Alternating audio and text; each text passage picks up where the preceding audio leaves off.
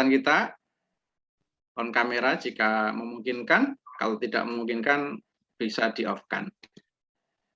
Untuk mic mohon di-mute nanti biar tidak feedback. Mohon izin untuk mengawali. Bismillahirrahmanirrahim. Assalamualaikum warahmatullahi wabarakatuh. Ada yang mantul. Selamat malam para bapak dan ibu semuanya, bapak ibu guru SMP Negeri 1 Cikampek. Terima kasih sudah meluangkan waktunya untuk menghadiri, mengikuti kegiatan Zoom meeting ini.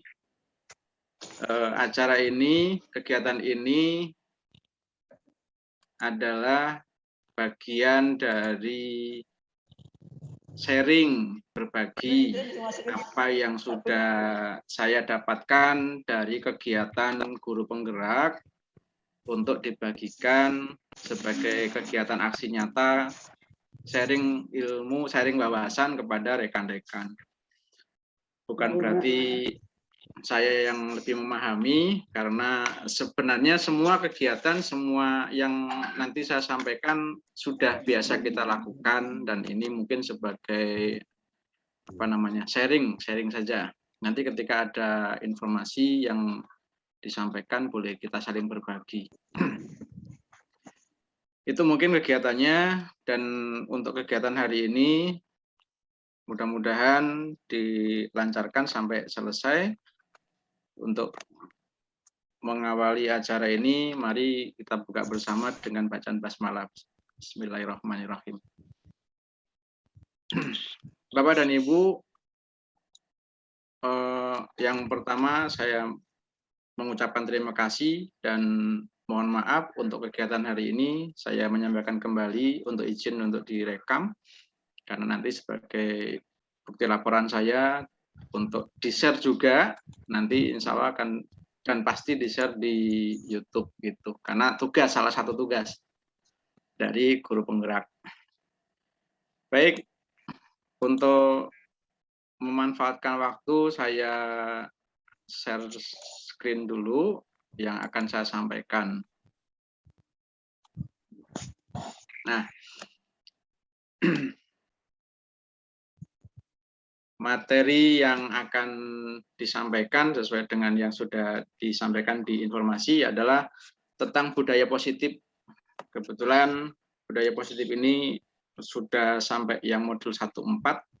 Ketika di awal, kami dari para guru penggerak dan mungkin juga bersinergi dengan rekan-rekan guru kelas 7, kebetulan beliau-beliau yang di kelas 7 juga sama dari sekolah penggerak, terkaitnya dengan program Merdeka Belajar, dengan profil pelajar Pancasila, juga mungkin hampir sama materinya, dan mudah-mudahan nanti bisa saling kolaborasi menyampaikan wawasan kita tentang materi yang mungkin sama.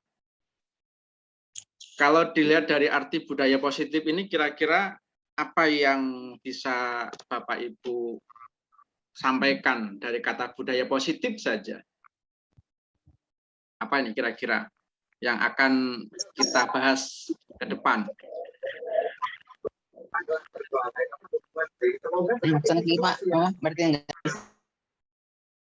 Dari kata budaya positif ini, kira-kira apa yang akan kita bahas ini?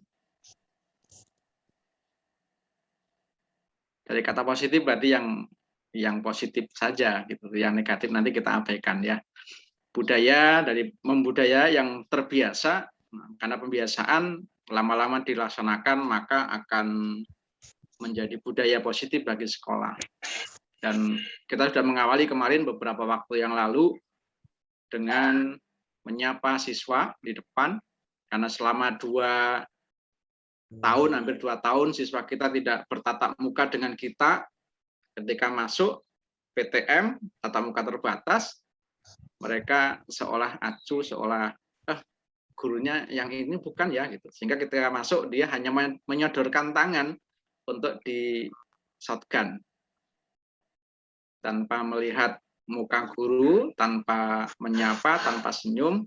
Akhirnya kami mengusulkan, menginisiasi bahwa Ayo mulai kita para guru menyapa siswa, mengingatkan siswa untuk menyapa yang di depan, menyapa, menyalami, kemudian paling tidak menegur kalau ada yang salah. Kaitannya dengan seragam, itu minimal. Dan mungkin juga dengan kita di depan itu, nanti orang tua kan yang melihat, yang mengamati juga muncul rasa, oh iya ternyata anak saya benar-benar diperhatikan dan disambut dengan baik oleh sekolah. Kepercayaan juga muncul. Itu mungkin nanti harapan ke depan. Daya positif atau ekosistem positif yang kita bisa ambilkan dari sebagai seorang guru, kalau dalam filosofi Ki Hajar Dewantara itu, Ki Hajar Dewantara kalau dalam bahasa sini, seorang guru diibaratkan sebagai seorang petani, bahwa kita juga nanti juga tidak bisa mengharapkan siswa sebagai apa yang positif, tapi pasti ada kendala-kendala di sekitarnya. Sama dengan tanaman yang ditanam oleh petani itu pasti ada muncul tanaman pengganggu atau gulma. Dan itu atau mungkin ulat-ulat atau yang lainnya. Dan itu yang mungkin harus kita bersihkan, yang harus kita rapikan agar tanaman yang kita tanam, yang kita pupuk dengan kita rawat dengan baik, itu menghasilkan hasil yang sangat memuaskan. Begitu halnya dengan siswa kita. Berbagai aspek yang mengganggu dari luar itu mungkin teman pergaulannya atau mungkin lingkungannya. Nah, tidak bisa begitu saja mereka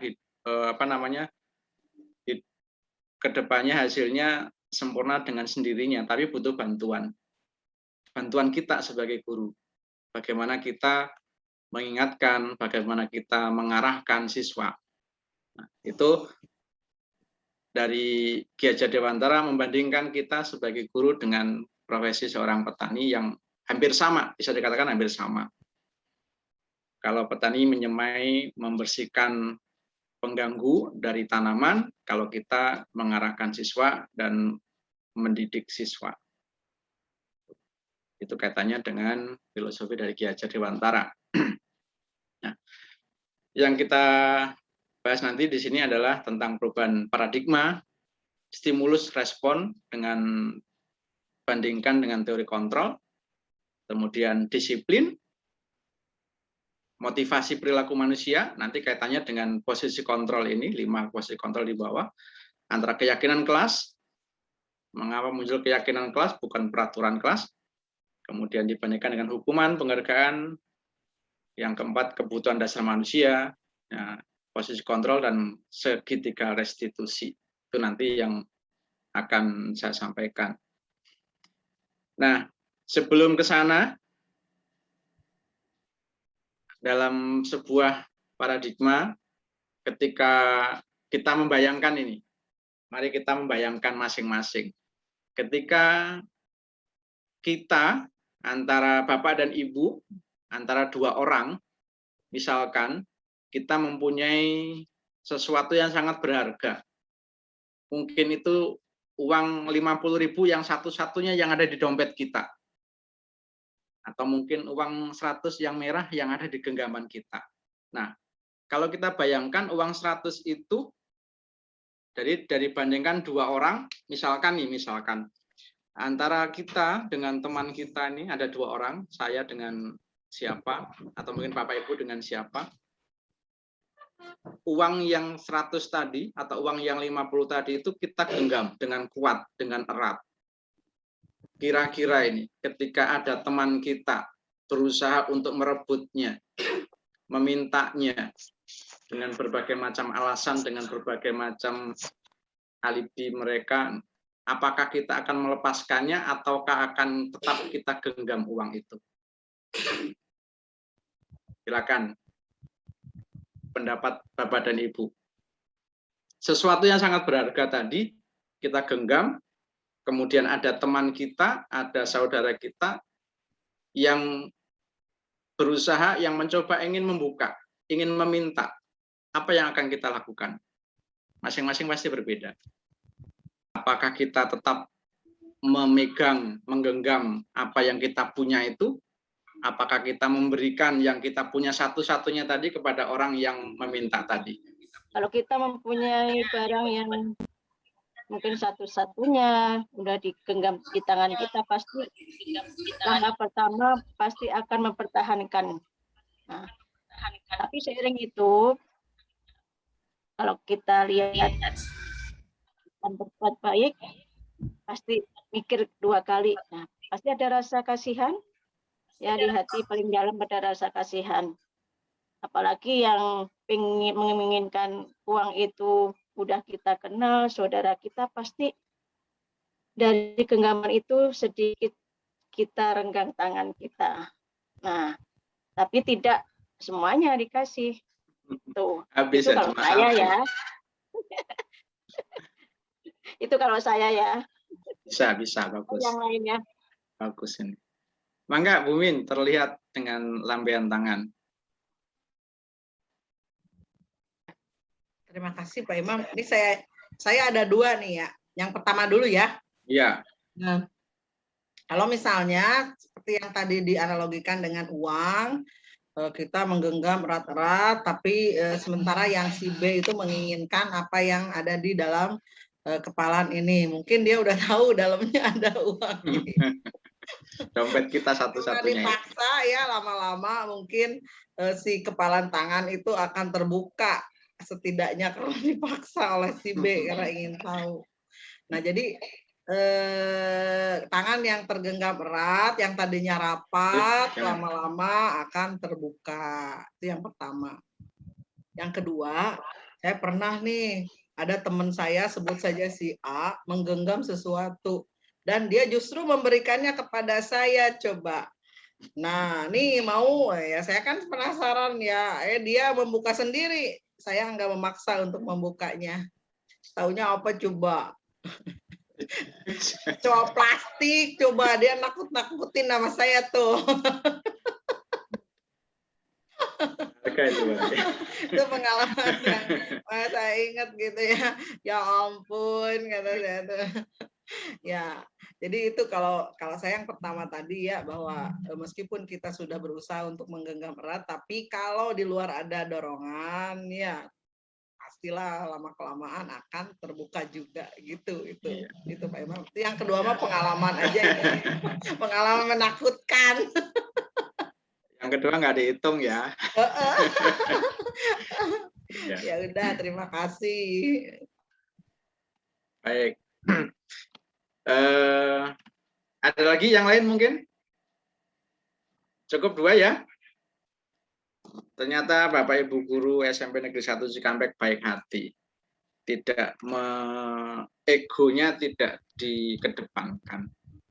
Ya. Jadi mungkin berbagai orang, berbagai karakter, mungkin ada yang tetap ini uang cuma satu-satunya gitu. Tapi itulah kondisi yang ada di lapangan. Kita tidak bisa hidup sendiri, tapi perlu juga memikirkan orang lain. Kalaupun untuk kebaikan orang lain, mungkin bisa disampaikan. Kita buka kuncinya gitu, dengan catatan. Kalau ada catatannya gitu. Baik, terima kasih Putri dan Bu Min. Kemudian di paradigma berikutnya tentang teori kontrol ada ilusi. Ilusi itu berarti sesuatu yang mungkin tidak bisa menjadi kenyataan. Bahwa guru itu bisa mengontrol siswa itu sebenarnya tidak bisa. Karena itu hanya sebuah ilusi. Setiap siswa punya karakter masing-masing. Ilusi bahwa kritik dan membuat orang merasa bersalah dapat menguatkan karakter. Padahal mungkin dengan hal semacam itu bisa memunculkan rasa kebencian atau amarah pada seseorang. Ada lagi ilusi bahwa semua penguatan positif efektif dan bermanfaat. Padahal itu hanya bersifat sesaat atau sementara. Tidak muncul dari dalam diri karena tidak akan ada seperti itu.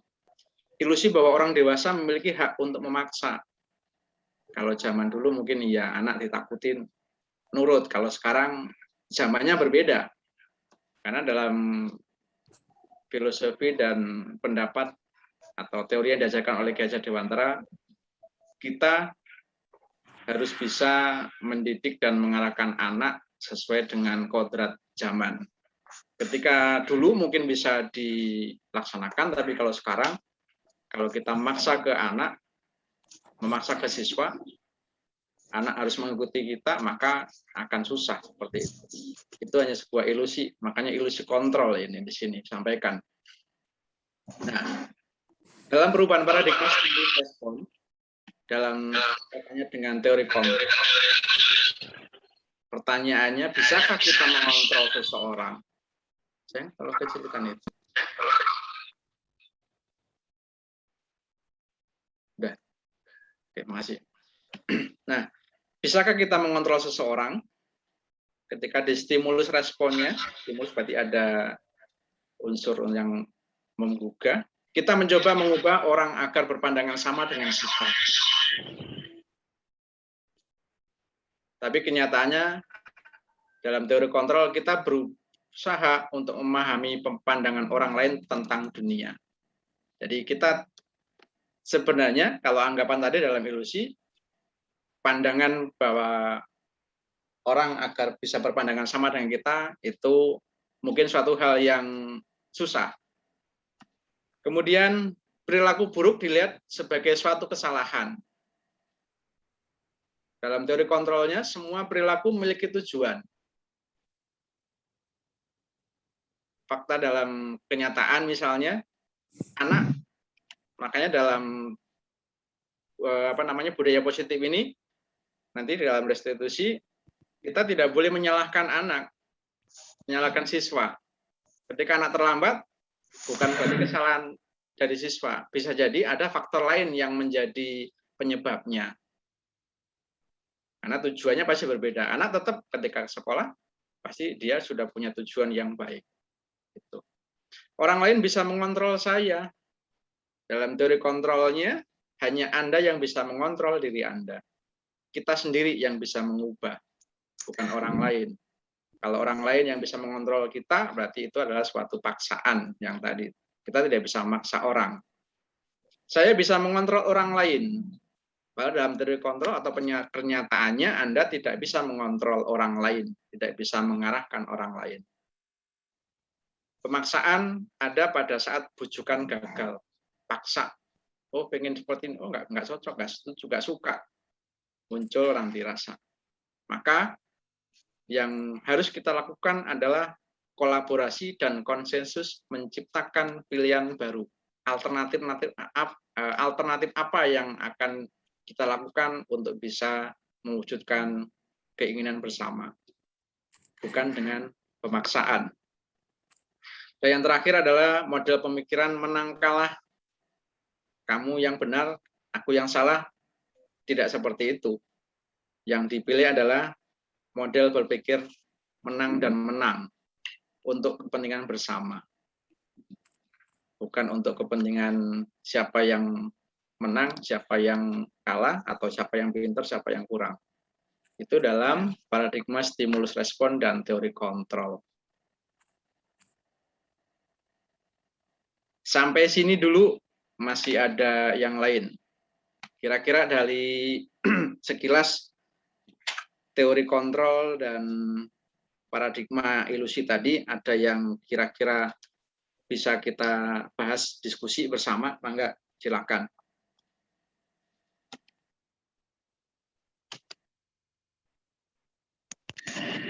Kalau dalam teori, mungkin kaitannya dengan bimbingan konseling ini, mungkin nanti bisa sharing Bu Cipta.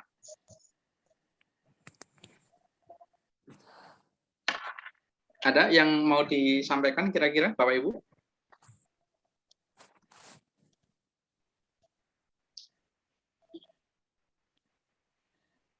Kalau belum, kita lanjutkan ke disiplin ya. Disiplin itu kalau teori bisa dibaca nanti artinya dalam belajar dalam bahasa Latinnya. Padahal dalam disiplin diri membuat orang menggali potensi menuju sebuah tujuan apa yang dia hargai. Tapi kenyataannya dalam budaya kita, disiplin itu telah berubah fungsinya Disiplin itu adalah sesuatu yang dilakukan seseorang pada orang lain untuk mendapatkan kepatuhan. Makanya di suatu instansi lembaga ada yang namanya aturan-aturan. Yang mana aturan tersebut harus dipatuhi, harus diikuti oleh anggotanya agar muncul ketertiban atau kepatuhan terhadap suatu kesepakatan. Cenderungan umum adalah menghubungkan kata disiplin dengan ketidaknyamanan. Imbasnya nanti ke sana. Ketika tidak mematuhi aturan, maka pasti ini akan ada hukuman, ada sanksi yang harus diterima. Sehingga muncul ketidaknyamanan, bukan dengan apa yang kita hargai atau pencapaian suatu tujuan mulia. Sehingga peraturan yang harusnya diciptakan untuk kebaikan menimbulkan ketidaknyamanan bagi anggotanya. Sehingga pencapaian tujuannya yang tadinya harapannya tujuannya baik menjadi kurang baik. Itu tentang kedisiplinan, tentang disiplin. Nah, ketika tadi disiplin ataupun hal aturan tadi bisa dijalankan, harus ada ini motivasi. Ketika aturan itu dipaksakan, ada hukuman, maka tidak akan bisa mengimbas dengan baik, tujuan mulanya nggak akan tercapai. Teori motivasi perilaku manusia. Ada dua motivasi yang harus kita pahami dan kita ketahui, yakni ada motivasi eksternal dan motivasi internal. Eksternal itu berarti dari luar seseorang. Kalau internal itu berarti dari kemauan, keinginan seseorang. Ketika misalkan apa yang terjadi apabila saya tidak melakukannya. Misalkan ada anak yang terlambat sekolah. Sanksinya adalah mungkin kalau dulu di sekolah sana ketika anak terlambat itu harus nyambuti rumput, harus membersihkan WC misalnya. Ketika harapannya aturannya dengan muncul hukuman seperti itu, dengan tindakan atau mungkin konsekuensinya anaknya putih rumput atau membersihkan WC misalnya, mungkin seorang anak bisa apa istilahnya, enak nggak masuk ke kelas, saya nggak akan masuk pelajaran matematika, dia sengaja terlambat. Jadi motivasi untuk belajarnya nanti jadi berbeda. Berarti ada motivasi eksternal. Apa yang akan terjadi bila saya tidak melakukannya? Apa yang terjadi bila saya tidak masuk dengan tepat waktu ketika pelajaran A? Gitu. Jadi muncul dari eksternal adanya hukuman tadi. Apa yang akan saya dapatkan apabila saya melakukannya? Berarti seseorang anak di sini, siswa di sini mungkin ketika apa yang saya dapatkan berarti ada imbalan, ada hadiahnya yang biasa diberikan. Itu berarti ada motivasi eksternal. Yang satu ini berarti hukumannya, yang kedua adalah hadiah. Ini adalah motivasi eksternal yang bisa kita lihat. Kemudian yang ketiga, untuk menghargai diri sendiri menjadi insan sesuai harapan kita, misalnya dengan pertanyaan, saya akan menjadi orang yang seperti apa ini bila saya melakukan. Ketika saya datang tepat waktu, ketika saya datang rajin ke sekolah, apa yang apabila saya melakukannya ini apa ya kira-kira ya? Berarti ada rasa berkaca diri. Apa istilahnya? Merefleksi, menilai diri sendiri. Ketika saya melakukan ini nanti apa? Ketika muncul internal itu nanti hasilnya diharapkannya lebih bagus daripada motivasi antara hukuman dan hadiah. Misalkan nih, bisa juga dengan Bapak Ibu guru. Ketika saya datang terlambat, ketika saya datang tiap hari, tidak mengharapkan imbalan, tidak mengharapkan penghargaan dari pimpinan, mungkin lebih bagus ketika muncul dari dalam diri, bukan karena hadiah, bukan karena sanksi dari pimpinan. Ini mungkin kaitannya dengan motivasi perilaku manusia. Jadi ada dua, motivasi yang berasal dari luar berupa hukuman atau sanksi, juga motivasi berupa hadiah. Kalau dari dalam diri, nah, berarti keinginan sendiri tanpa ada paksaan. Itu dari teori motivasi perilaku manusia. Ini yang namanya merdeka, merdeka belajar. Tidak terlepas dari perintah, akan tetapi juga cakap buat memerintah diri sendiri. Jadi tidak harus dipaksakan, tidak harus dipaksa dengan aturan, tetapi muncul kesadaran diri dari seorang tersebut. Itu kaitannya dengan teori motivasi perilaku manusia. Maka ketika sesuatu itu muncul dari dalam dirinya sendiri tanpa adanya pamrih, maka sesuatu itu akan menjadi hal yang positif, yang mulia kalau tadi disampaikan di depan. Nah, ini diagram tentang budaya positif. Di dalamnya budaya positif itu ada pada suatu lingkungan yang positif pula. Ketika lingkungan positif masih akan munculkan budaya yang positif juga, berimbas ke sana. Untuk mewujudkan suatu lingkungan yang positif, maka diperlukan suatu keyakinan kelas, suatu keyakinan dalam sekolah. Kesepakatannya bersama harus muncul. Ketika tidak sepakat, maka tidak akan mungkin timbul suatu lingkungan yang positif.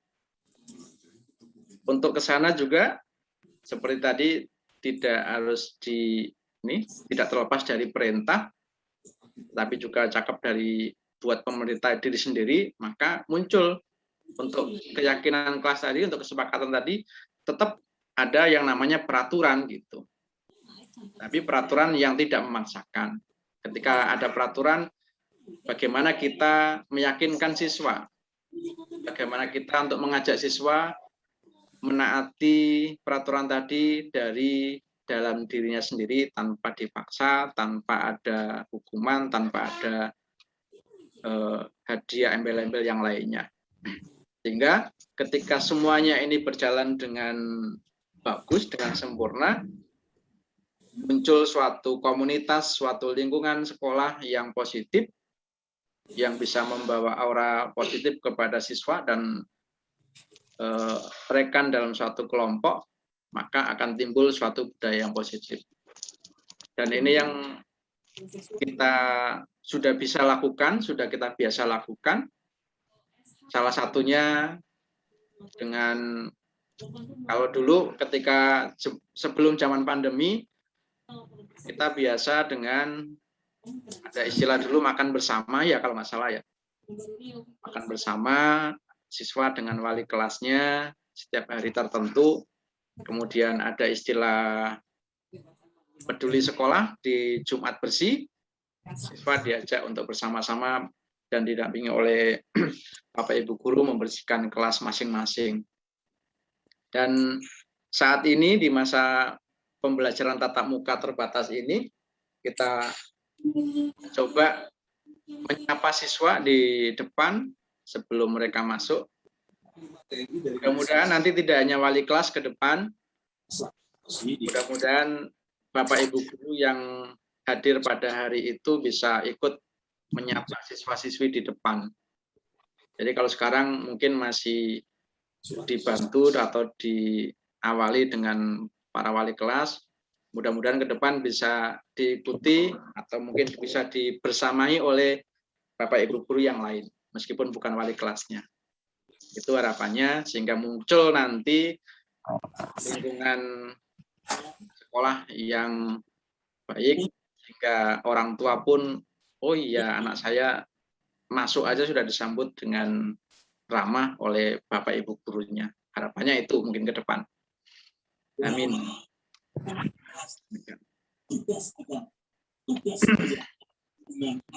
Bapak dan Ibu, tadi katanya dengan faktor eksternal dan internal. Nah, ini ada keyakinan kelas, ada hukuman dan penghargaan. Mengapa tidak peraturan saja gitu? Mengapa harus keyakinan kelas? Nah, ini dibaratkan dengan pertanyaan ini.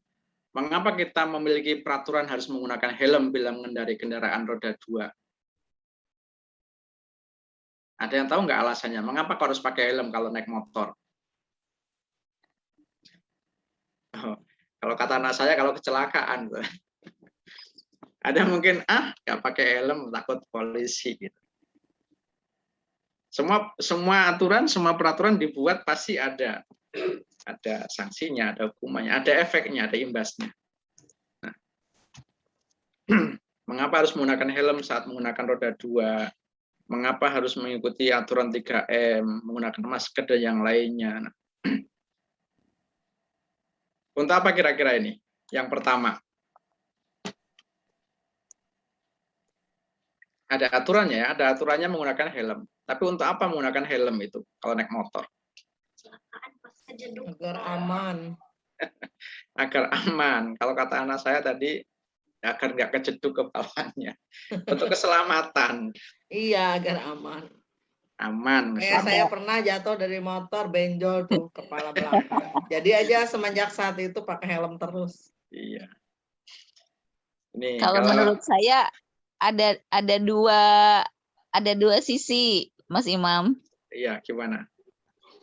Kalau yang pertama yaitu yang tadi Mrs. bilang ya, untuk keselamatan kita.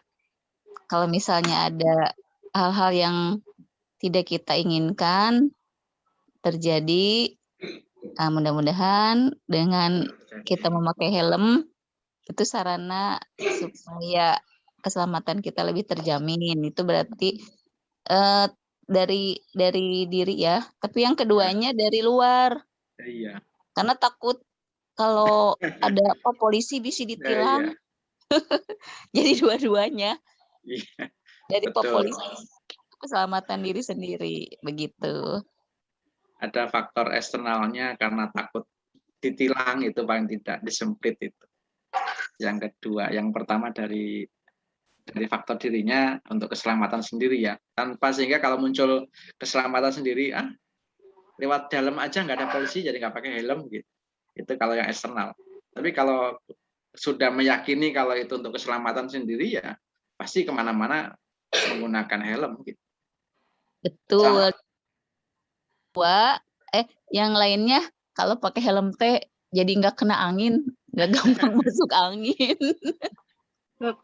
Pokoknya untuk kebaikan aja. Peraturan kelas pun sama. Meskipun peraturan kelas tetap dibuat, tapi meyakinkan ke anak, menyepakati kesepakatannya, misalnya ketika anak tidak masuk tepat waktu, maka bagaimana sih keyakinan kita, bagaimana kesepakatannya ketika mengajar bahasa Indonesia, ketika mengajar di Zoom, anak harus on kamera misalkan, kesepakatannya ini, disepakati dulu. Maka nanti masing-masing, nah nanti kesepakatan berbeda dengan peraturan. Kalau peraturan tadi, peraturannya harus menggunakan helm gitu. Kalau tidak menggunakan helm pasti ada undang-undang yang dilanggar, ditilang atau didenda. Tapi kalau kesepakatan, keyakinannya ya karena keselamatan tanpa diminta pun dia pasti akan menggunakan helm. Itu contoh yang paling nyata dan bisa dilaksanakan oleh kita. Nah, keyakinan kelas atau mungkin nilai-nilai positif yang bisa dimunculkan beda ya dengan peraturan ya. Kalau peraturan itu suatu yang harus dilakukan detail. Kalau keyakinan itu bersifatnya umum. Kayak tadi misalkan peraturannya harus memakai helm, nah keyakinannya itu adalah keselamatan tadi biar aman. Kalau ini kira-kira selalu mengembalikan buku ke tempatnya, keyakinannya apa kira-kira Bapak Ibu? Biar gampang mencari. Gampang mencari. Boleh. Peraturan. Nah, peraturan. Keteraturan. Biar Bapaknya di bawah. Selalu kembalikan buku ke tempatnya. Itu berarti keyakinan kelasnya harus bertanggung jawab. Tadi agar teratur muncul rasa tanggung jawab dalam diri seseorang. dilarang mengganggu orang lain. Nah, berarti kita menghargai orang lain, menghormati orang lain. Sepakatan. Terus hadir di sekolah, maka sama kita komitmen. Ini contoh keyakinan. Jadi kalau peraturan ini instruksinya jelas, seperti selalu kembalikan buku pada tempatnya, jelas instruksinya. Tapi kalau keyakinan kelas itu berupa suatu apa ini, kata atau frasa yang bersifat umum, Jadi nanti kalau ketika tanggung jawab berarti tidak hanya mengembalikan buku, ketika tertib mengembalikan sesuatu pada tempatnya atau mungkin mengembalikan sapu nanti kepada siswa, siswa bisa menerapkannya. Spidol ditutup, mungkin kipas angin dimatikan. Nah, itu salah satu contoh. Ketika tanggung jawab sudah dimiliki oleh siswa, sudah diyakinkan atau disepakati oleh siswa dalam kelas. Tanpa harus kita ingatkan berarti nanti. Sama bahwa peraturan itu tidak akan terlepas dari kontrol kita. Nah, ini yang perlu kita pahami.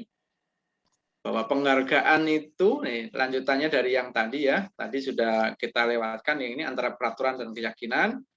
Sekarang kita lanjutkan ke penghargaan.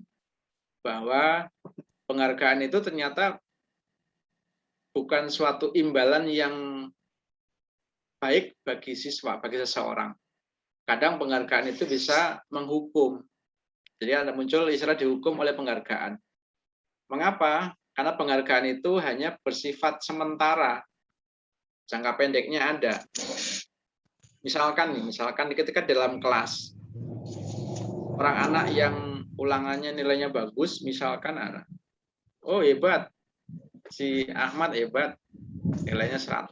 Berarti yang lainnya secara tidak langsung kurang hebat, lebih di bawahnya si Ahmad tadi. Muncul rasa mungkin si A yang biasanya dia oleh orang tua harus ranking 1, harus di pasar ranking 1, muncul dia minder rasa di sana. Sehingga penghargaan itu sifatnya menghukum bagi seseorang tertentu. Siswa di kelas ada 30-40 orang dengan karakter yang berbeda, dengan mental kejiwaan yang berbeda. Nah, itu yang mungkin kita tidak mengetahui atau tidak memahaminya, sehingga mungkin siapa di antara mereka yang sensitif ini dengan seperti itu. Ketika seorang diunggulkan, yang lainnya merasa direndahkan, di sana muncul kesenjangan. Sehingga penghargaan tadi yang sifatnya berupa motivasi baik menurut kita, tapi bagi sisi seorang siswa yang spesial tadi dianggap sebagai suatu hukuman bagi mereka. Dan penghargaan mengurangi ketepatan. Ketika anak sudah terbiasa dihargai, diberi penghargaan, hebat, kamu memang layak untuk diacungi jempol misalkan. Kalau anak sudah terbiasa seperti itu, nanti imbasnya anak terbuai, melambung tinggi istilahnya. Biasanya kalau yang suka dirayu ini. Ketika sudah terbiasa disanjung, anak lupa, ketika besok dia jatuh nilainya atau mungkin tugasnya yang harusnya biasanya juara 1, tapi tahun depan atau mungkin semester depan berubah, maka akan down. Dampaknya ketika penghargaan yang tujuannya untuk memotivasi menjadi tidak efektif lagi gitu. Akhirnya, nah ini tadi penghargaan merusak hubungan. Ketika tadi si A lebih diunggulkan, si B merasa direndahkan, maka muncul rasa, saya nggak suka dengan guru itu, selalu menyebut si A, selalu mengunggulkan si A atau si B gitu. Maka si anak mungkin karena merasa direndahkan tadi, merasa tersaingi dengan temannya, maka muncul rasa tidak suka dengan kita sebagai guru. Makanya yang namanya penghargaan kita harus hati-hati nih ketika kita memahami bahwa penghargaan itu tidak selamanya memberikan dampak positif kepada siswa. Sampai sini dulu Bapak Ibu, mungkin ada yang perlu dibahas atau mungkin didiskusikan.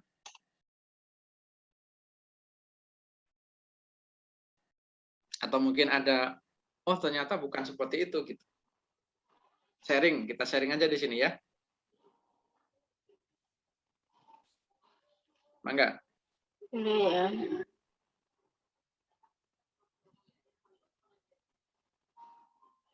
Mangga Putri. Kalau kok jadi bingung ya, kita di sisi lain Ya. harus memberikan reward ya, ibaratnya seperti itu ya. Ya. Tapi harus hati-hati ya seperti tadi ujian malah menjadi terpuruk teman yang lainnya. Cuma gini, kalau kita memberikan pujian ke salah seorang, misalnya, oh nilaimu bagus nih, nih. Mungkin ada yang merasa, oh memang saya nggak bisa. Nah, itu kita harus mengangkat anak yang misalnya nilainya kurang, jadi harus memberikan motivasi juga. Nah, siapa tahu nanti kamu juga seperti si B ini, si A ini, seperti itu. Jadi kalau misalnya salah satu anak kita memberikan pujian, hari ini ulangan yang terbaik misalnya si A. Nah, kita tidak perlu memberikan yang terjelek ini. Nah, sangat menjatuhkan sekali. Iya. Kita hanya memberikan motivasi yang nilainya kurang, mudah-mudahan bisa menyusul atau yang bagaimana seperti itu ya. Tapi menurut saya untuk penghargaan itu ya perlu untuk memberikan motivasi itu biar anak memacu aja. Tujuan kita seperti itu tanpa dengan tidak menjatuhkan yang lainnya seperti itu. Mungkin itu aja. Baik, terima kasih. Penghargaan itu sifatnya hanya sementara, jangka pendek. Tapi ketika anak terbuai dengan sanjungan, nah tadi kata Putri tidak mengunggulkan si A, tapi juga tidak menjatuhkan si B. Gitu. Jadi harus seimbang lah istilahnya ya, harus seimbang. Pak Nandang mungkin, atau mungkin rekan yang lainnya, atau mungkin dari yang lainnya yang bisa menyampaikan, yang bisa mengusul sharing berbagi. Ini katanya dengan psikologi juga ini. Psikologi seseorang ini katanya ini. Gitu. Karena kalau kejiwaan seseorang kan ini bukan, ya emang harus semua tahu. Guru kan harus memahaminya, kompetensi pedagogi, kompetensi sosial gitu kan harus kita kuasai. Kompetensi kita itu, keahlian kita. Mas Imam sedikit. Mangga.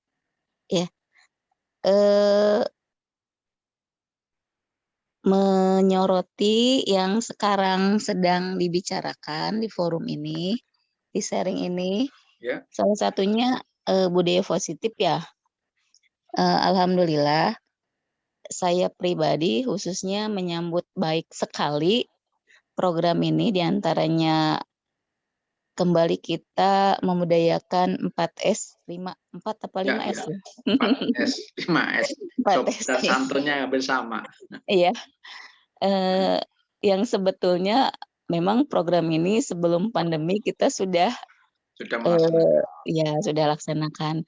Dan kita di awal pembelajaran tatap muka terbatas ini kembali kita membiasakan 4S ini, dan mudah-mudahan ini berkelanjutan ya ke depannya ya, walaupun mungkin saya juga pribadi masih bolong-bolong, kadang stay, kadang sesuai, tapi insya Allah untuk wali kelas sesuai yang jadwal sudah Putri sampaikan, mungkin siap sedia ya di depan ya, menyambut putra-putri kita melangkahkan kaki ke lingkungan sekolah, disambut oleh senyum Bapak dan Ibu guru anaknya yang tercinta. Alhamdulillah ya yang pertama itu.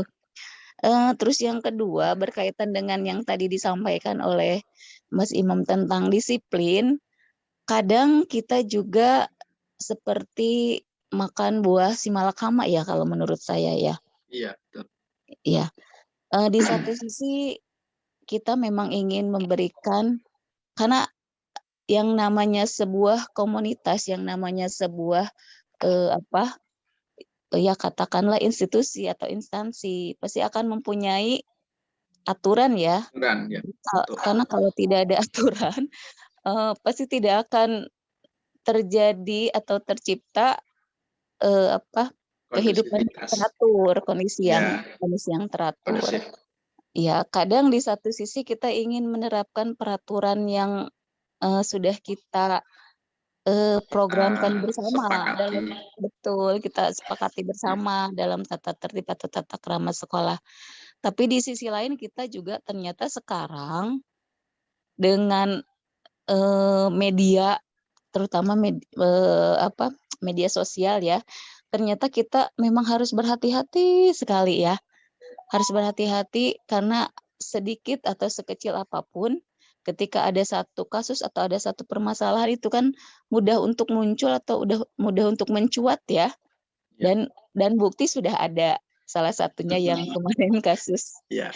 sendal jepit itu salah satunya. Ya mungkin di sini memang perlu kita sinergi ya, bersama-sama. Di satu sisi kita memang ingin menciptakan, sekolah yang betul-betul, Yang bisa ramah, yang aman ya. betul. Tapi di sisi lain kita juga, berusaha mengayomi gitu, berusaha tetap menciptakan iklim karena salah satunya di sana ada Merdeka Belajar ya. Iya.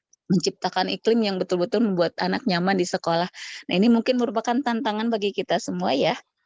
Tantangan di satu sisi, kita menciptakan aturan yang memang harus nanti anak, patuhi, tapi di sisi lain juga kita tetap, memberikan rasa nyaman bagi anak untuk bisa bersekolah di SMP Negeri 1 Cikampek, Ya. yang kita cintai bersama. Mungkin itu aja, Mas Imam, terima kasih. Ya, sama-sama Bu Nani. Saran dan sharingnya. Makanya ketika kemarin ada Ruth disampaikan dan di program sekolah penggerak juga mungkin sama, di grup penggerak juga ada, bahwa menciptakan sekolah yang ramah anak, ramah lingkungan, dan juga mungkin berkaitan juga student well-being tadi, menciptakan rasa aman bagi siswa dan semua rekan-rekan guru dan yang lain. Untuk itu, ya memang tetap yang tadi disampaikan di awal tidak terlepas dari peraturan yang sudah ditetapkan gitu. Tetapi harus muncul keyakinan dirinya. Jadi peraturan yang sudah ada bukan karena faktor dari luar yang bagus itu, tetapi yang muncul dari dalam dirinya. Hampir sama dengan anak ketika takut datang terlambat karena dihukum, itu lebih bagus ketika saya nggak mau terlambat, saya mau datang lebih pagi biar santai dan yang lainnya. Nah, ketika anak seperti muncul saya mau datang pagi, ini itu lebih baik daripada saya takut datang, akhirnya muncul bolos tadi. Itu yang lainnya ya. Nah, ini contoh. Nah, langsung ke sini aja. Bahwa mencatat 100 kali dalam buku kalimat saya tidak akan terlambat lagi. Ini adalah suatu hukuman. Bedanya antara hukuman atau sanksi. Sanksi atau konsekuensi ya. Lari mengelilingi lapangan basket 2 kali karena terlambat hadir di sekolah. Itu adalah suatu hukuman. Harus membedakan ya, kita harus bedakan sanksi dan hukuman. Dari versi ini, murid diminta push up 15 kali karena tidak menggunakan masker ke sekolah. Itu suatu hukuman. Menggantikan kertas tugas teman yang telah dicoret-coret. Bukan hukuman, melainkan sanksi. Konsekuensi logis. Membersihkan tumpahan air di meja tulis karena tersenggol pada saat belajar. Suatu sanksi. Murid disuruh untuk mengenakan sepatu seharian di kelas karena tidak mengenakan sepatu hitam. salah ini kayaknya. Murid disuruh untuk tidak mengenakan sepatu seharian di sekolah mungkin ya, lepas sepatu karena tidak memakai sepatu hitam, suatu hukuman itu. Lari mengelilingi lapangan basket 2 kali karena terlambat 10 menit untuk pelajaran PJOK. Itu sanksi bukan hukuman, berbeda dengan yang ketiga dan yang kedua. Anak diminta push up 15 kali dan anak diminta lari mengelilingi lapangan 2 kali. Ya, ini sebagai hukuman, berbeda dengan yang di bawah. Lari mengelilingi lapangan basket 2 kali karena terlambat 10 menit untuk pelajaran PJOK. Apa ya bedanya kira-kira ini? Yang 2 sanksi, yang 1 hukuman, yang 2 hukuman, yang 1 sanksi. Gitu. Ada yang tahu Bapak Ibu? Apa bedanya? Sama-sama disuruh olahraga, tapi yang 2 hukuman, yang 1 sanksi. Gitu. Hukuman.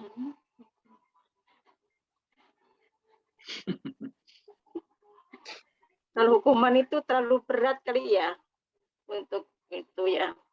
Tidak ada hubungannya dengan kesalahannya gitu maksudnya.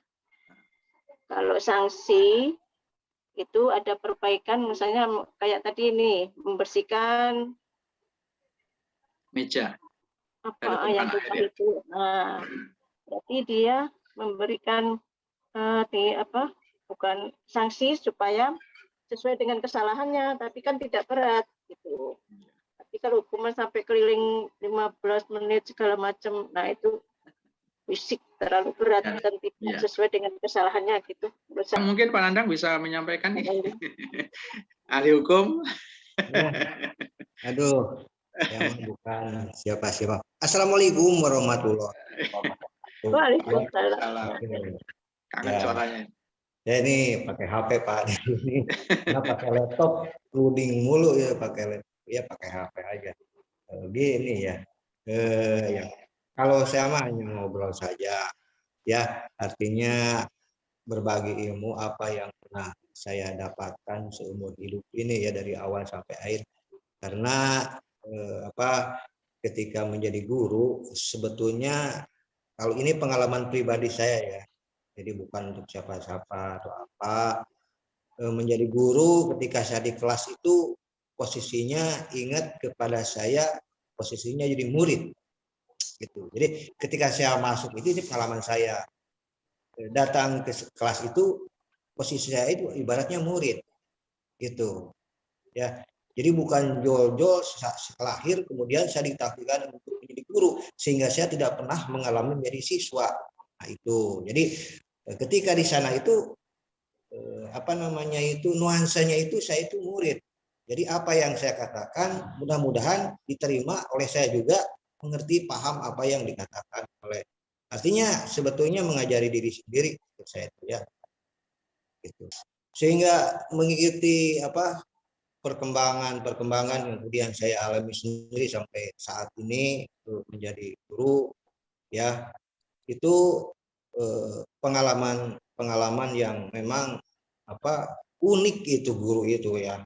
Itu profesi ya, profesi guru itu. Jadi bukan hanya sekedar kemudian kemampuan hanya administratif belaka ya, karena kadang-kadang administrasi belaka memang kita harus seimbang. Jadi ketika di lapangan itu karena kita juga punya punya tujuan atau misi ketika di kelas itu untuk ya kalau idealisme itu menjadikan anak-anak yang lebih dari saya berdiri di depan mereka gitu. Jadi mudah-mudahan mereka menjadi yang sesuatu nanti ke depannya gitu kan. Itu ada semacam tanggung jawab begitu gitu. Jadi ada semacam sanksi, hukuman itu. Nah, permasalahannya memang ketika saya mengajar di sini kemudian berhubungan dengan masalah penggerak begitu ya. Sebetulnya ketika saya telah teliti juga itu sama saja sih itu ya. Jadi guru itu menurut saya ya kan bukan ilmiah atau apa. Kemudian itu dari perkembangan anak-anak si fase ya, SD, SMP, SMA. Nah, kan kalau kita itu menerapkan disiplin ya, itu tergantung siapa yang dihadapi sama kita gitu ya. Disiplin untuk anak SD mungkin bagaimana, disiplin untuk masalah anak SMP mungkin bagaimana, disiplin masalah untuk anak SMA mungkin bagaimana. Itu artinya ya, Pak, ya. Di fase D ini ya itu kan betul sekali. Kalau sekarang lebih ditegaskan masalah pedagogik itu kan, guruan itu kan ditegaskan kepada fase-fase gitu ya. Jangan sampai kita menggeneralisir apa yang di hadapan kita itu orang-orang umum, orang ini ya kan. Nah, untuk masalah di depan kita itu ini kan tingkatnya anak-anak itu pembinaan sih sebetulnya Pak, kalau menurut hukum gitu kan, pembinaan sih kepada sekesal apapun kita itu sudah resiko kita, itu pembinaan, bukan penghukuman atau ini justifasi kepada mereka itu ya. Kadang-kadang kesel nggak saya budak pagi ya, tapi kan itu pembinaan lah gitu kan, itu sebetulnya itu membina karena anak upu di bawah umur gitu, kecuali kalau mereka sudah dewasa. Artinya tingkat disiplin, harus kemudian melakukan sesuatu, itu artinya tingkat dewasa aja penghukumannya itu secara hati-hati, karena misalnya dapat menimbulkan kebencian atau apa. Apalagi untuk anak-anak. Cuman permasalahannya di sini ya tergantung profesionalitas kita sih sebetulnya ya kayak itu bukan ini mah yang saya alami sehari-hari ya. Jadi masalah disiplin, masalah budaya sopan santun itu. Nah, untuk masalah budaya sopan santun ya itu artinya karena memang kita waktu di sini. Dulu waktu ketika SD, ketika zaman nggak ada listrik atau apa ya, budaya gotong royong yang saya alami itu begitu erat. Tidak perlu diajarkan kemudian itu nalurinya dulu begitu. Karena oleh orang tua ya Pak ya. Ya, orang tua memberikan nasihat harus begini ini dulu ya. Memang saya juga pernah dimarahin, pernah apa. Tapi tidak ada muncul kebencian di sana. Itu naluri. Intinya adalah bahwa kita semuanya itu memang harus kembali lagi ke budaya fitrah manusia, bagaimana kita berhadapan dengan anak-anak gitu aja. Assalamualaikum. Kan ada profil pelajar Pancasila ya Pak ya, tertanam di sana itu sekolah penggerakan itu ya. Ya. Oke, baik, terima kasih Pak Nandang atas sharing ilmunya. Nah ini perbedaan antara hukuman dan sanksi tadi. Harus terjadi sesuatu yang harus terjadi itu. Ketika hukuman ada, maka akan muncul anak itu membenci kedisiplinan. Nah, karena ada bedanya ini. Hukuman suatu paksaan, kalau sanksi hanya sebagai tanggapan, rangsangan untuk berbuat lebih baik lagi. Nah, bisa dibaca ya. Bahwa hukuman itu yang buruk. Nah, 5 posisi kontrol ini ketika ada yang berbuat salah, nah maka kita sebagai seorang guru ini harapannya tadi kalau ada faktor eksternal tadi, ada faktor internal, maka sebagai seorang guru maka kita diharapkan berada pada posisi ini. Kita sebagai manajer kepada siswa itu harus bisa menghargai diri sendiri si anak. Makanya dalam filosofi Ki Hajar, triloginya Ing Ngasor Sung Tulodo, maka guru harus bisa menjadi contoh bagi anak, teladannya. Nah, ajukan pertanyaan, apa yang kita yakini? Tidak menghardik, posisikan kita sebagai manajer untuk menggali dari diri siswa, mengapa kok sampai berbuat seperti itu. Kayak dulu ketika mengapa sampai berbuat mau disuruh orang untuk diambil videonya gitu ya. Bukan malah kamu ini, bukan. Tidak boleh seperti itu ya. Kuatkan diri, kuatkan pribadi si anak, bukan yang lainnya. Maka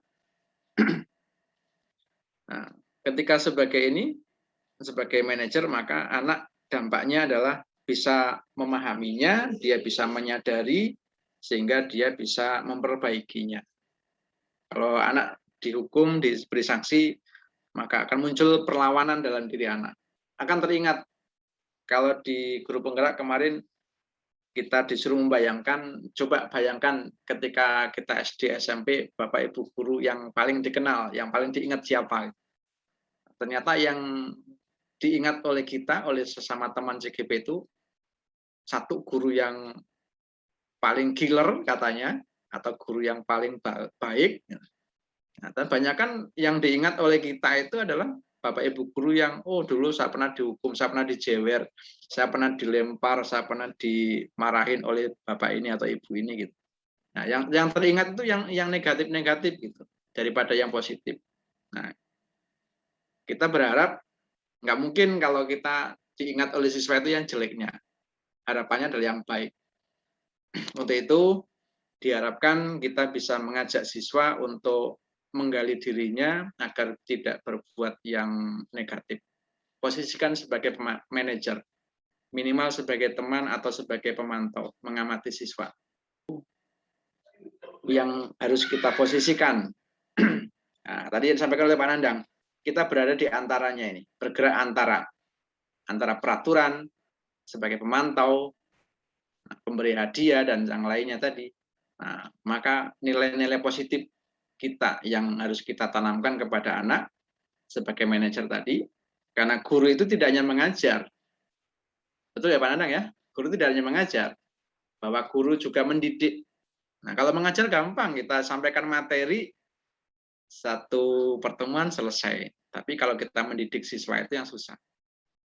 Berarti nilai-nilai positif yang kita ajarkan. Restitusi itu adalah proses menciptakan kondisi bagi murid untuk memperbaiki kesalahan mereka, sehingga mereka bisa kembali pada kelompok mereka. Restitusi ini yang kemarin saya sampaikan kepada anak-anak.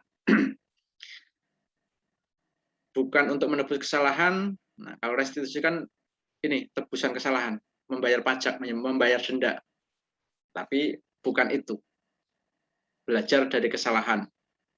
Agar dia bisa memperbaiki hubungan dengan tawaran, bukan dengan paksaan ya, bukan dengan hukuman, tapi ajak gali siswa itu dari dirinya. Restitusi itu menuntun, mencari kebutuhan dasar siswa, banyak. Fokus pada karakter, bukan tindakan. Fokus pada solusi, bukan hanya menghakimi, tapi mencari solusi. Kenapa sih kok terlambat terus? Kenapa kok kesiangan gitu? Bagaimana caranya biar tidak kesiangan? Itu solusinya, bukan dihakimi si orang itu. Nah, validasi. Mengapa terlambat? Mengapa tidak masuk? Mengapa tidak mengumpulkan gitu? Yakinkan dengan menanyakan keyakinannya. Kalau tidak mengerjakan tugas, kira-kira yang terjadi apa? Apakah kalau tidak mengerjakan tugas, bagaimana nanti dengan kenaikan kelas misalkan seperti itu? Nah, stabilkan bahwa tidak kesalahan itu mungkin semua pernah melakukan kesalahan karena setiap orang. Nah, stabil identitas ini, menstabilkan identitas, kita mengajak anak untuk ketika berbuat salah kan, misalkan ini kita salah dipanggil oleh guru atau dipanggil oleh pimpinan, nah, pasti ada deg-degan, was-was. Nah, biar tidak was-was terus sampai dia belajar seharian itu, maka konsentrasinya akan buyar dia. Maka ajak ngobrol. Saya dulu juga pernah mengalami kesiangan. Saya dulu juga pernah takut sama pelajaran bahasa Inggris misalnya. Saya nggak bisa bahasa Inggris, tapi karena saya yakin itu bermanfaat bagi saya, maka saya mengikutinya gitu. Misalkan contoh.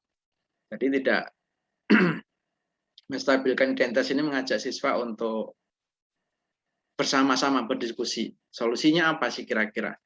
Gitu. Ini dalam segitiga restitusi. di YouTube sudah pernah saya share, nanti mudah-mudahan bisa di-like sama subscribe rekan-rekan.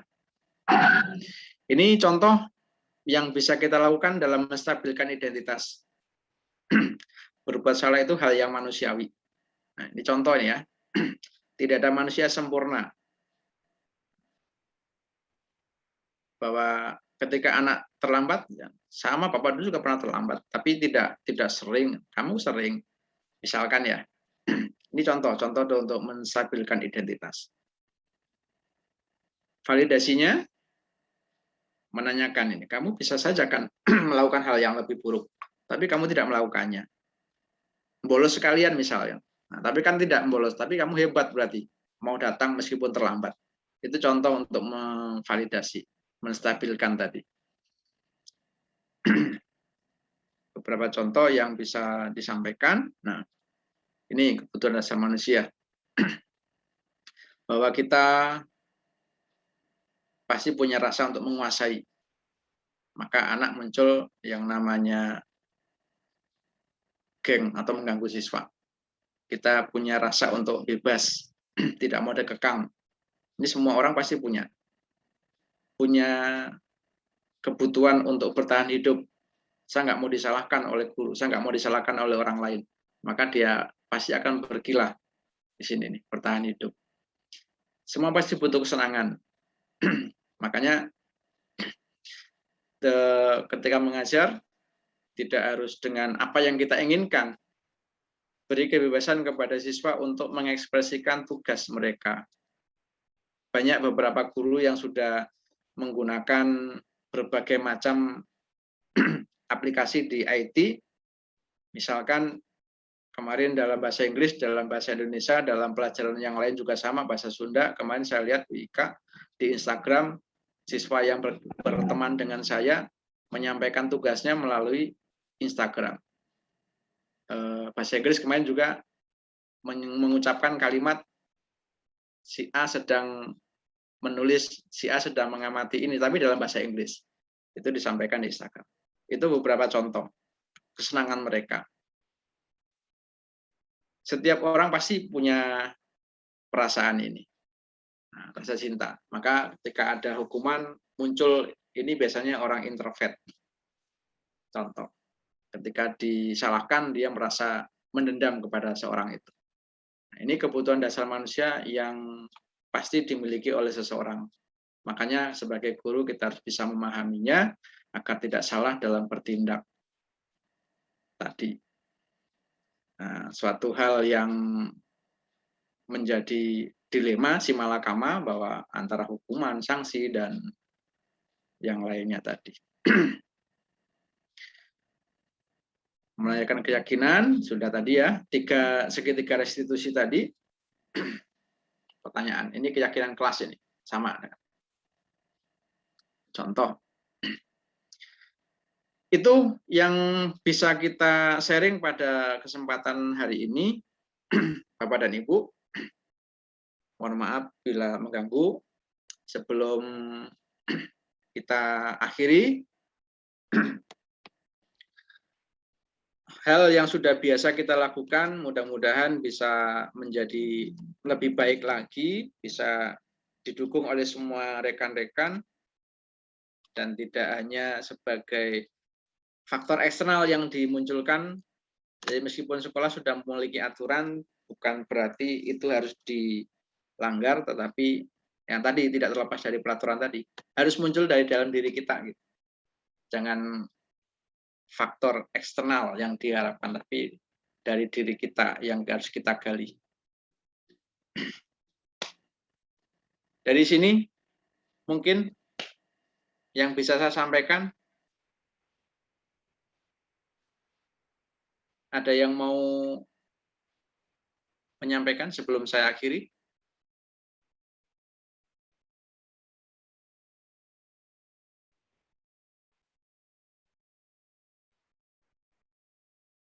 Tidak ada?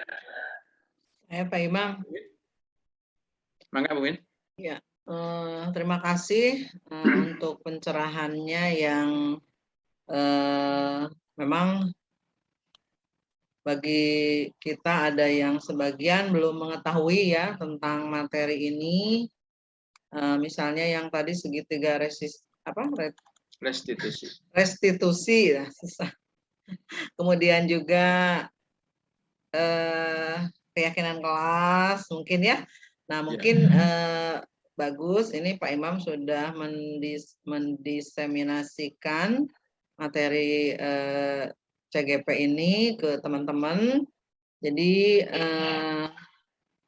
kalau misalnya saya dulu berpandangan bahwa anak yang berbuat salah itu wajib mendapatkan hukuman. Nah, setelah mendapat pencerahan malam ini dari Pak Imam, mungkin dari dalam diri kita ini timbul gitu ya kesadaran bahwa oh ternyata apa yang selama ini saya lakukan itu kurang pas gitu ya. Jadi mungkin kita sama-sama aja ya belajar gitu pada malam hari ini bahwa hal-hal yang harus kita lakukan itu berbeda dengan ketika zaman kita dulu gitu ya, anak sesuai dengan zamannya sekarang. Mungkin zamannya sudah berbeda ya Bu ya, dan lain-lain itu tidak cocok lagi. Kalau misalnya dulu saya kan seperti yang tadi kadang disebut guru killer lah atau apalah, nah sekarang mah tidak berlaku gitu ya, seperti itu. Terus yang muncul, yang terekam dari kita ketika. Nah, iya, kadang-kadang dan kita kadang-kadang bangga gitu ya dengan julukan seperti itu. Sekarang harus ini kan ya, nyahkan harus gitu. Kita ubah. Harus kita singkirkan gitu ya, singkirkan gitu. Untuk program yang menyambut anak-anak ketika datang di pagi hari, kalau kemarin kan kita uji coba dengan wali kelas ya. Nah mungkin nanti ke depannya kita akan coba dengan guru yang lain juga. Jadi diharapkan selain menyambut di kelas juga sambil berbincang lah, minimal tahu nama anak itu, sehingga meskipun kita tidak mengajar, dibiasakan anak-anak untuk disapa gitu, atau mereka juga balik menyapa gitu. Nah, sehingga saya ingin menamakan program ini dengan program Sapa Pagi gitu. Jadi kan selama ini nggak ada namanya, menyambut anak gitu. Jadi gimana kalau kita ini apa sih namanya, kasih nama aja deh programnya, yakni Sapa Pagi gitu. Bukan sarapan pagi ya, beda ya. Nah, kalau sarapan pagi tadinya saya mau bikin akronim ya, misalnya sarapan itu sapa, ramah, sopan gitu ya. Sapa, ramah, sopan. Itu sarapan, cuma paginya itu belum dapet. Kalau paginya itu pada para wargi gitu. Cocok nggak tuh? Sarapan pagi. Sapa, ramah, sopan pada para wargi gitu. Ya mungkin itu saja Pak Imam, terima kasih. Terima kasih ya Bapak dan Ibu semuanya. Mudah-mudahan sedikit sharing dan berbagi ini bisa memberikan manfaat, dan yakin dari beberapa rekan sudah bisa kita lakukan ini ke kegiatan kita sehari-hari. Mungkin nanti bisa sharing juga dengan rekan-rekan dari komite pembelajar ya di kelas 7. Insya Allah bersama dengan program sekolah penggerak dan guru penggerak. Banyak materi yang bisa kita sharing bersama, dan mungkin karena sekarang tatap muka terbatas, bisa sharingnya lewat online. Kalau lewat tatap muka juga tidak semuanya bisa ikut, dan ini pun tidak semuanya ikut.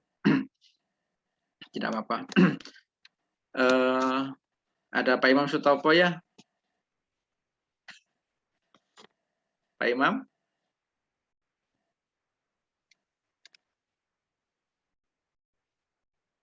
Oh, tidak. Baik. Terima kasih atas kehadiran Bapak dan Ibu guru semuanya untuk kesempatan pada malam hari ini. Mudah-mudahan sedikit yang bisa saya bagikan dari program guru penggerak. Mudah-mudahan ke depan ada pembelajaran diferensiasi, ada yang hari ini itu pembelajaran penerapan sosial emosi. Nanti ke depannya juga pasti banyak lagi nih. Ternyata mudah-mudahan nanti rekan-rekan dari SMP Negeri 1 Cikampek ini ada yang bisa ikut di program guru penggerak yang berikutnya, yang kata 7 kalau nggak salah. Itu dari saya, dan sebelum kita akhiri, mari bersama-sama menyampaikan alhamdulillahirrabbilalamin. Kita sudah bersilaturahmi melalui dunia maya online untuk berbagi pada malam hari ini. Terima kasih kepada Bapak dan Ibu semuanya. Saya mohon maaf apabila ada kekurangan dan kekhilafan dalam menyampaikan. Saya akhiri, wassalamualaikum warahmatullahi wabarakatuh. Terima kasih kepada semua Bapak dan Ibu yang sudah meluangkan waktunya. Mohon maaf sudah diganggu. Waalaikumsalam warahmatullahi wabarakatuh. Sama. Terima kasih ilmunya juga, Pak Imam. Terima kasih Pak Imam. Ini udah foto bersama belum? Oh iya. Belum. Oke. Foto dulu ya. On cam dulu berarti Foto ya. bersama ya. On cam dulu. Coba sambil menunggu. Sambil menunggu Bapak dan Saya Ibu mah yang tukang on pepotoan kamera. jadi ayangnya dipoto baik. Miss udah berpose. Pak Dian Pak dibantu Imam yang ya. foto. Pak Dian dibantu backup ya. Nah, 1, 2, 3. Oke. Terima kasih Bapak dan Ibu semuanya. Terima kasih, mohon maaf apabila ada kekurangan atau kekhilafan dalam menyampaikan. Sampai ketemu besok kembali untuk apa namanya tadi, sarapan ya, mungkin ya, sarapan gitu. Sarapan pagi, sapa ramah sopan pada para wargi. Mudah-mudahan ke depan bisa diikuti oleh rekan guru yang lain, tidak hanya wali kelas gitu harapannya. Gitu ya. Amin. Tuh, setuju. Ya. Terima kasih semuanya. Assalamualaikum. Waalaikumsalam warahmatullahi wabarakatuh.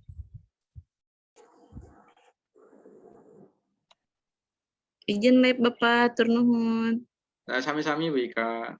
Terima Mangga. kasih Pak Imam ilmunya. Permios. Mangga. Saya bisa mangga sekarang. Izin lolosan Bapak Ibu. Mohon.